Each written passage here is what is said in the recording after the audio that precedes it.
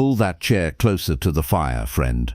What I'm about to tell you happened in the late summer of 1881, down in a little speck of a town called Redemption Creek, though back then most folks called it by another name entirely.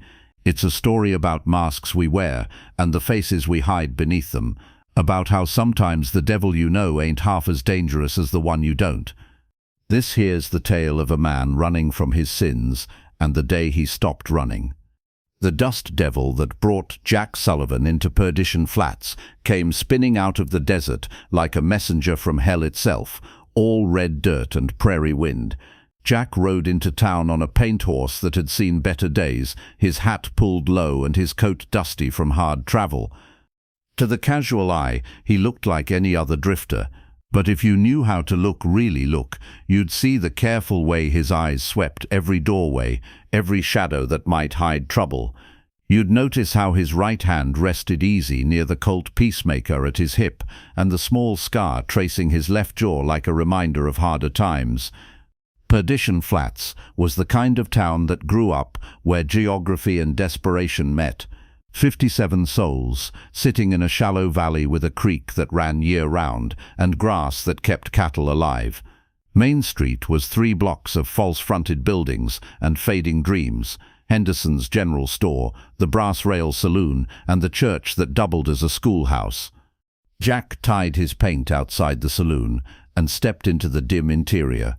Behind the bar stood Tom Patterson, a big man with gentle eyes.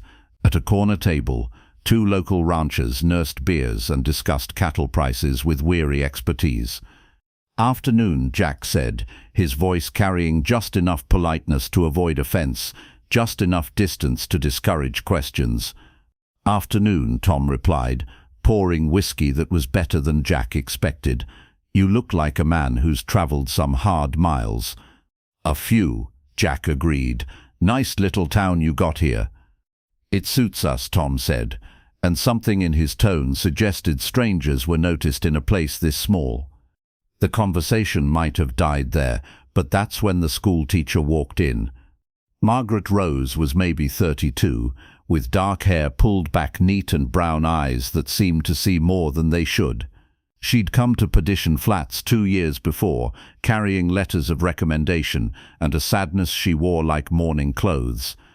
"Afternoon, Tom," she said, her refined accent speaking of better places and harder times.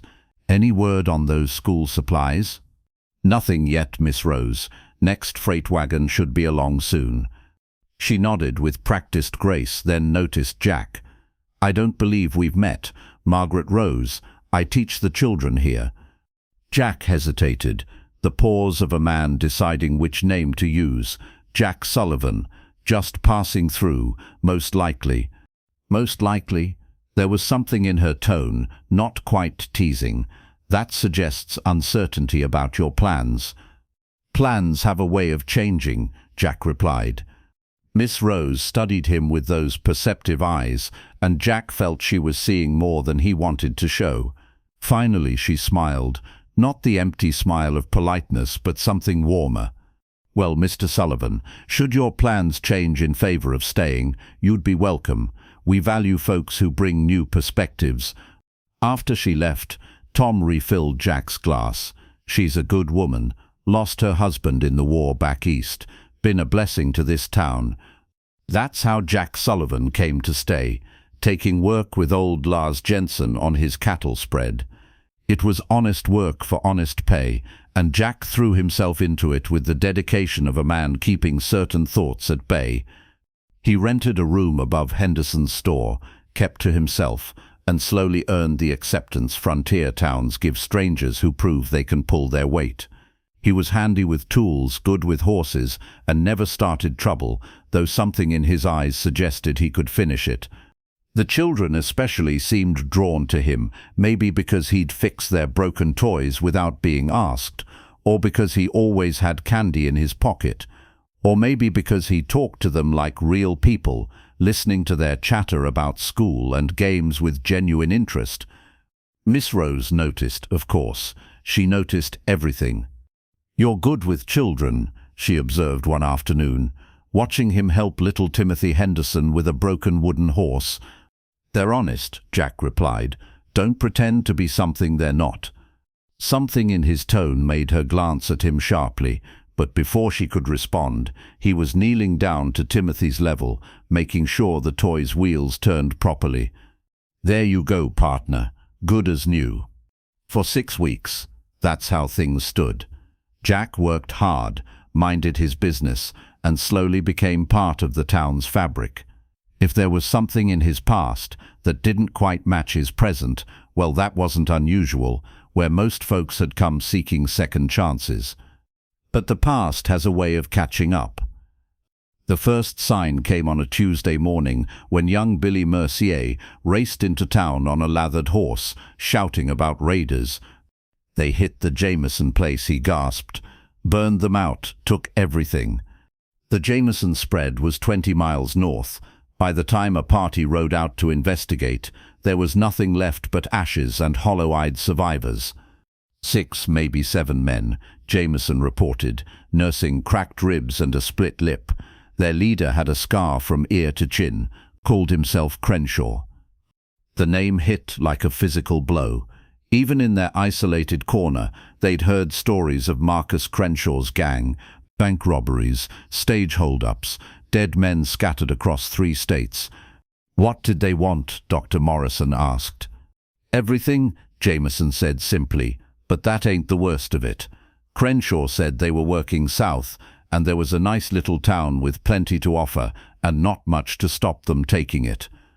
The silence was broken only by wind through the ruins. "They're coming for Perdition Flats," someone whispered. "When?" another asked. Crenshaw said to give them a week to scout and plan. That evening, the townspeople gathered in the church to discuss their options. The mood was grim. They had maybe 30 fighting men, a dozen decent rifles, and no real experience with organized violence. "We could send for the marshal," Henderson suggested. 3 days to Santa Fe, 3 days back, Tom replied. "We don't have 6 days." The suggestions grew desperate. Abandon the town, hide in the caves, offer tribute for being left alone. Miss Rose finally stood up. "Gentlemen, we have 2 choices, run or fight. But if we run, where do we go? This is our home, our children's future. Are we willing to hand it over to murderers?" The murmur of agreement was soft but determined. These were people who'd already run once from war, poverty, heartbreak. They'd found something worth keeping here. "Then we fight," Pete Hawkins said simply. "God help us." Throughout the meeting, Jack had sat quietly in back, listening. When others began planning their defense, he slipped out into the night, his mind working over problems that had nothing to do with barricades. Because Jack Sullivan knew Marcus Crenshaw, had ridden with him once, in another life, and he knew 30 townspeople with rifles wouldn't last 10 minutes against what was coming. Standing in darkness outside the church, listening to earnest voices planning hopeless defense, Jack made a decision that would change everything. Dawn brought worse news. Sarah Patterson had spotted riders on the ridge, 6 men with spyglasses, studying the town like generals before battle. "The tall one with the scar touched his hat when he saw me watching," she reported, but his eyes, like looking into a snake's belly. The townspeople spent the day in frantic preparation, moving families into defensible buildings and gathering weapons. Jack worked alongside them, but his suggestions were too good, his tactical knowledge too complete. "You serve in the army?" Bill Mercier asked. "Here and there," Jack replied.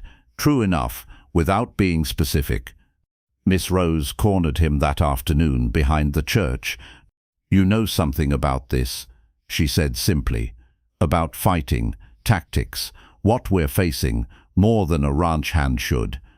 Jack studied her intelligent face in the fading light. "What makes you think that?" "The way you positioned our defenses, the questions about ammunition and escape routes.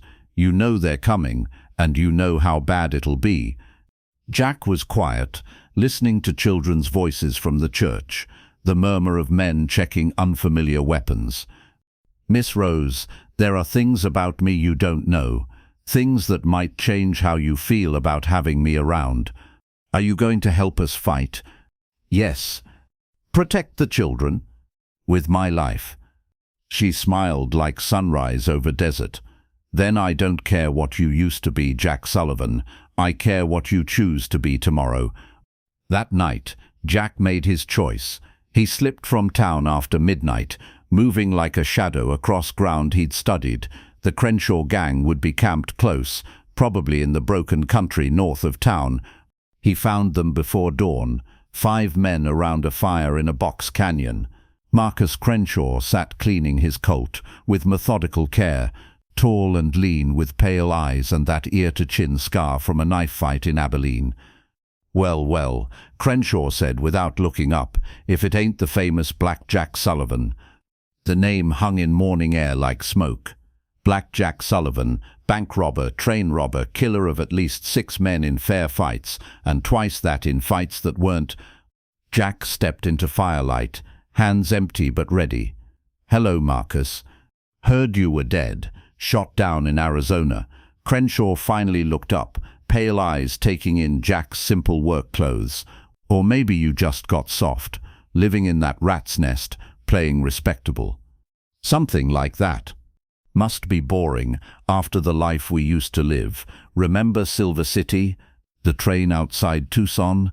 Crenshaw stood, holstering his gun with fluid ease. "Those were times, weren't they, partner?"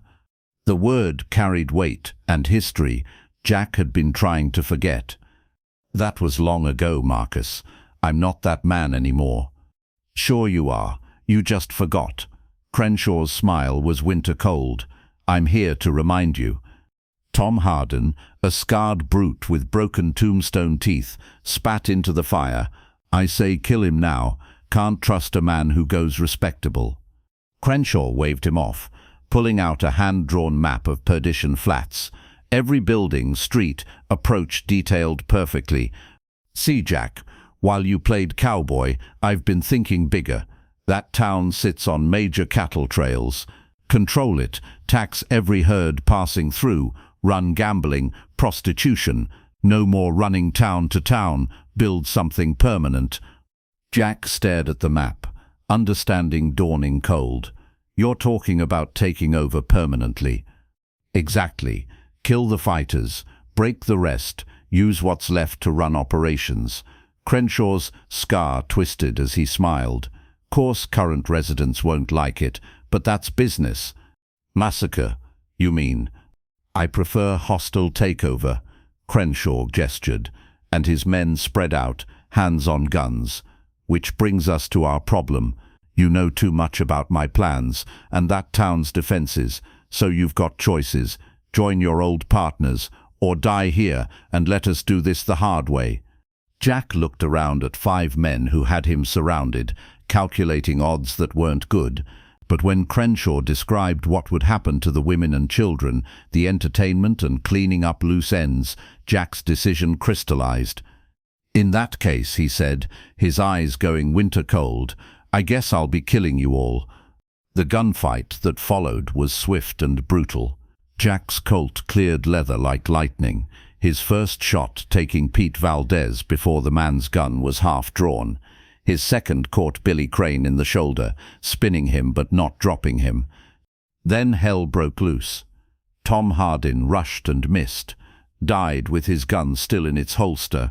The 4th man was too slow, fell with surprise on his face. Billy Crane got off one wild shot before Jack's bullet found his chest. That left Marcus Crenshaw, circling with his gun drawn, pale eyes bright with deadly excitement. "Still fast, Jack," he called conversationally, "but not quite fast enough." They stalked each other through the rocks, trading shots, neither finding their mark. Crenshaw was good, maybe better than Jack remembered, but Jack had advantages his former partner didn't. He was fighting for something more than money or reputation. The end came when Crenshaw thought he had the drop, gun cocked behind Jack's position. "Drop it, Jack." Jack spun left instead of right, his hidden Derringer barking twice. Both small-caliber bullets took Crenshaw in the chest. The outlaw leader staggered, looking down at spreading red with something like surprise. "Well, I'll be damned," he said softly, then sat hard against a boulder. "Guess you weren't as soft as I thought." Marcus Crenshaw died with morning sun on his face and his blood soaking desert sand. Jack gathered their horses and weapons, then studied Crenshaw's detailed map before folding it carefully. The ride back took 2 hours, leading 5 riderless horses and carrying weapons that would never kill again. Tom Patterson spotted him first, relief flooding his weathered face. "Jack, where've you been? We were worried sick." Others gathered: Henderson, Dr. Morrison, the ranchers with rifles they probably wouldn't need now, and Miss Rose stepping from the church where she'd been helping with breakfast, her brown eyes reading his face and understanding. "Ladies and gentlemen," Jack said clearly, "your troubles with the Crenshaw gang are over." He gestured to the horses and weapons, pulled out the map. "They planned to take your town permanently, rob freight wagons, tax cattle drives, kill anyone who objected." Silence greeted this news. "How do you know?" Pete Hawkins asked suspiciously. Jack looked around at faces of people who'd become neighbors, friends, maybe family, good people who'd trusted him without asking too many questions. "Because," he said quietly, "I used to ride with them." The silence following Jack's confession was electric, heavy with shock and the promise of consequences. Miss Rose spoke first, her voice steady despite the surprise flickering across her face. "Used to," she emphasized. "That's what matters, what you used to be, or what you choose to be now." But Pete Hawkins stepped forward, rifle ready, weathered face hard with suspicion. "You're telling us we've been harboring an outlaw, trusted our children to a wanted man?" "Pete," Tom started, but Hawkins cut him off. "How do we know this isn't some trick? How do we know he didn't lead them here?" The crowd began murmuring, voices rising with fear and confusion. Jack stood perfectly still, making no move toward his weapons, offering no defense against accusations that weren't entirely without merit. Little Timothy Henderson broke the tension, running up to wrap his arms around Jack's leg. "Mr. Jack, did you fight the bad men? Are we safe now?" Jack knelt to the boy's level, his weathered face gentling. "Yes, Timothy, the bad men are gone, and you're safe." "I knew you'd protect us," Timothy said with 6-year-old certainty. "You always fix things when they're broken." Standing, Jack faced the crowd with something like resignation in his winter blue eyes. "Pete's right to be suspicious. I haven't been honest, and you deserve the truth." He handed Crenshaw's map to Tom Patterson. 5 years ago, I rode with Marcus Crenshaw's gang. Bank robbery, train robbery, whatever paid well." His voice was steady, matter of fact. "We were good at it, too good." The crowd listened in tense silence, children pressing closer to parents. But Crenshaw started changing, enjoying violence more than money, killing folks who didn't need killing. Jack's jaw tightened with old pain. There was a bank job in Colorado, hostages. Crenshaw wanted to kill them all. The silence was absolute now. "I couldn't let that happen, turned my gun on my own partners, helped those folks escape. When the smoke cleared, I was the only one standing." His voice grew harder. "Except Crenshaw got away, carrying a grudge ever since." Dr. Morrison spoke up. "So you came here running from him?" "From a lot of things, but yes, Marcus was one of them." "But he found you," Miss Rose said. "He found you," Jack corrected. "Marcus heard about a prosperous town with no law, decided it'd make a perfect base. Me being here was just convenient." "So we're in danger because we took you in?" Bill Mercier asked, hurt in his young voice. Jack met his eyes steadily. "You were in danger the moment Crenshaw heard about this place. Whether I was here or not, he would have come. The only difference is, he gestured to the captured horses and weapons. Now he won't be coming at all." Tom Patterson had been studying the map. "This shows every building, every approach. Someone spent time studying us." Marcus was thorough. He would have hit at dawn when folks were sleeping. 6 men with rifles covering all exits, over before you knew it started. The weight of realization settled over them. Whatever they thought of Jack's past, their present danger was clear. "So what happens now?" Henderson asked nervously. "More gangs coming?" "Not from Marcus Crenshaw. Dead men don't send telegrams." "But there might be others who know about your—" Jack nodded slowly. "Which is why I understand if you want me to move on, never meant to bring trouble to your door." The thoughtful silence that followed was different. Considering rather than condemning, Miss Rose stood up, brown eyes bright with determination. "Mr. Sullivan, you've been in our town 6 weeks. You've helped our children, assisted our elderly, worked honest jobs, never caused trouble or given reason to doubt your character." She stepped closer, voice growing stronger. "More than that, you risked your life to protect us. You could have helped them take the town easily. Instead, you chose to face 5 armed men alone, rather than let harm come to people who'd shown you kindness." Her voice carried new authority. "I don't care what name you used, or what mistakes you made before. The man I know is honest, brave, and decent. That's who I choose to judge." Timothy looked up at the adults with childhood impatience at grown-up complications. "Mr. Jack saved us," he announced. "That makes him a hero." The murmur of agreement was soft, but unmistakable. Other voices joined in. "Been nothing but helpful. Fixed my roof without payment. Always time for children. Risked his life for us." Dr. Morrison stepped forward, extending his hand. "I've been doctoring folks 30 years, learned to judge character by what a man does when nobody's watching.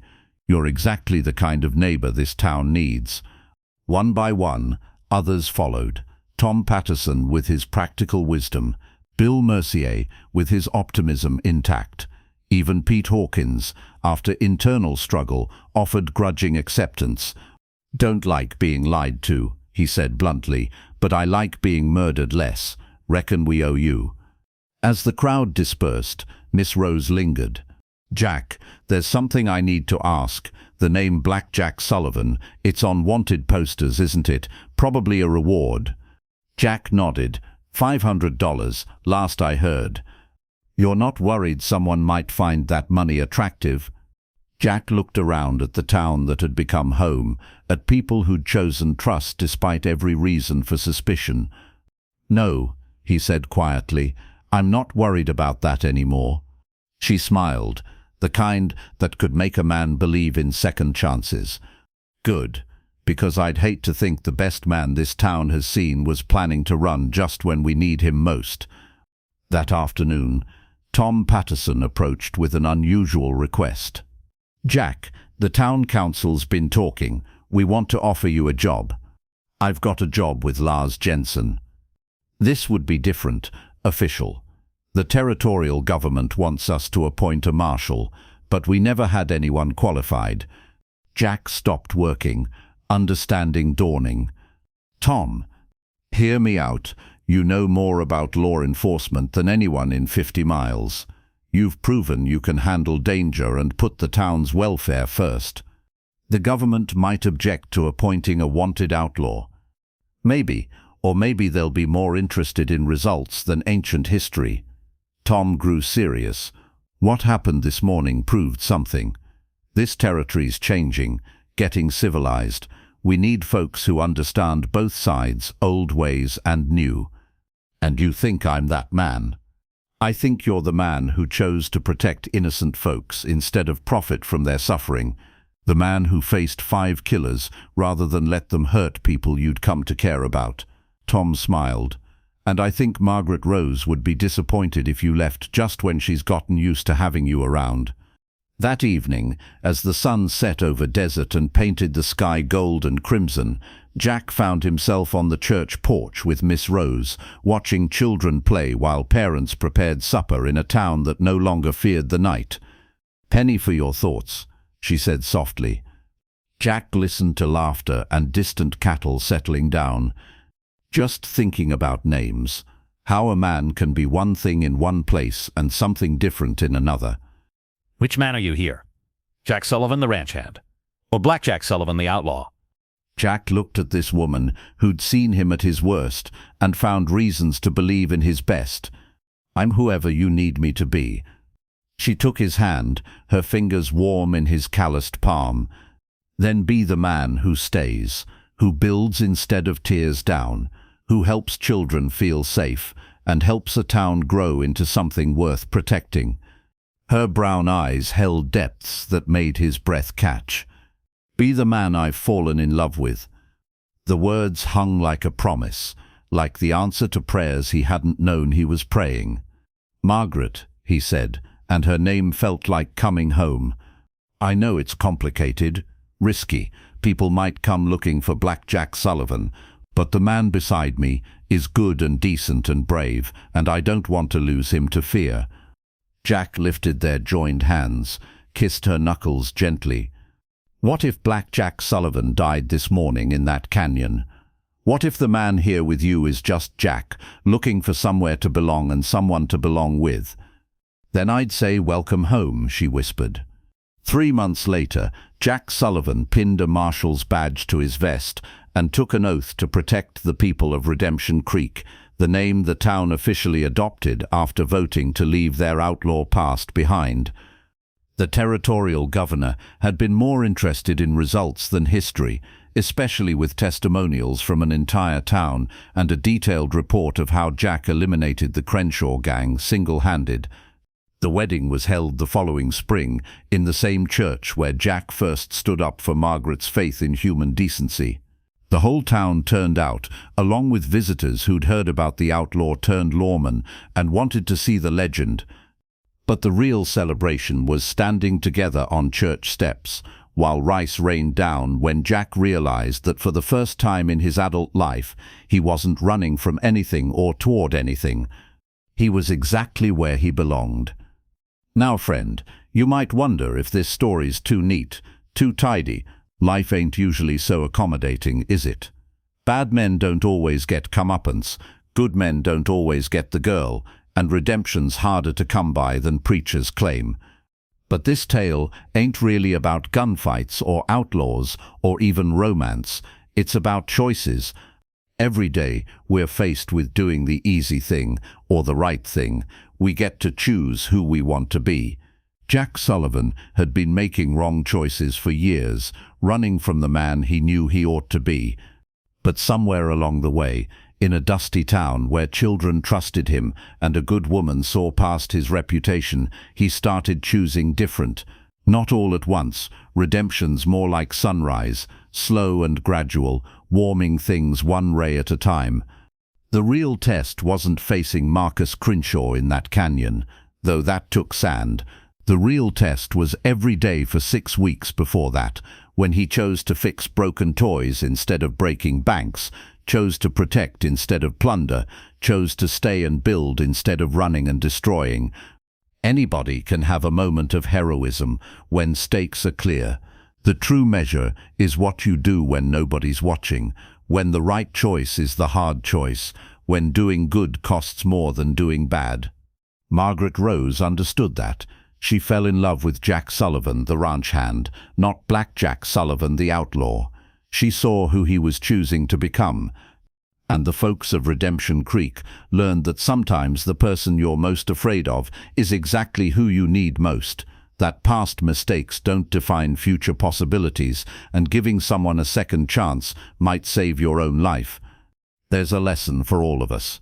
In this hard world where it's easier to judge than forgive, simpler to condemn than understand, maybe we need reminding that everybody's got a story, everybody's fighting invisible battles, and everybody deserves a chance to be better than their worst day. Redemption's not a place on any map. It's a choice you make, over and over, every time you decide to be better than you were, kinder than you have to be, braver than feels comfortable. It's available to all of us, right here, right now, in whatever town we call home and whatever name we answer to. The only question is, what are we going to choose? Time to bank the coals and call it a night. But remember this, We're all outlaws and lawmen, both depending on the day. We're all running from something and towards something else, and we're all just one choice away from becoming who we were meant to be. Choose wisely, friend. Choose with courage, and choose knowing it's never too late to ride into a better sunset.